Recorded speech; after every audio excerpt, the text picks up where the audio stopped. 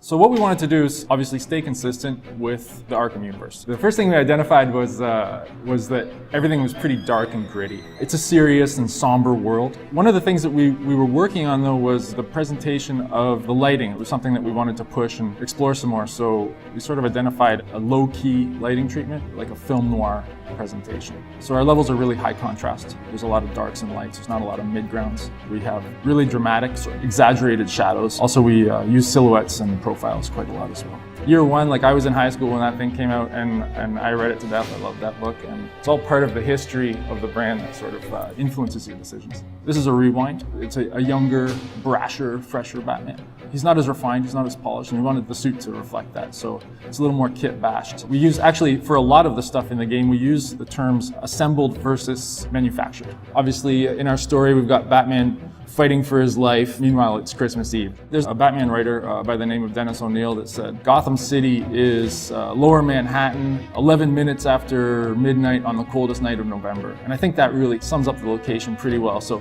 we've kind of pushed that a little bit further. So instead of being the coldest night of November, now it's the coldest night of the year.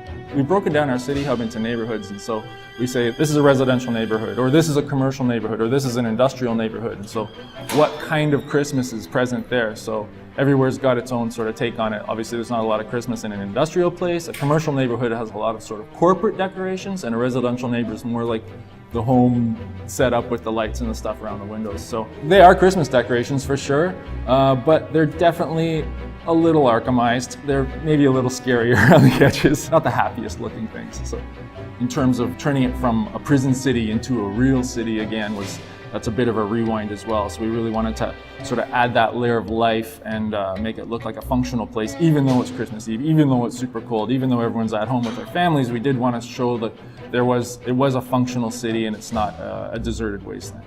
The Christmas and the snow changes everything. The impact is quite huge. It's unbelievable. You can be standing in a spot that you recognize really well, and it looks like a brand new spot. We've built a lot of stuff. Yeah, there's a lot to explore, that's for sure.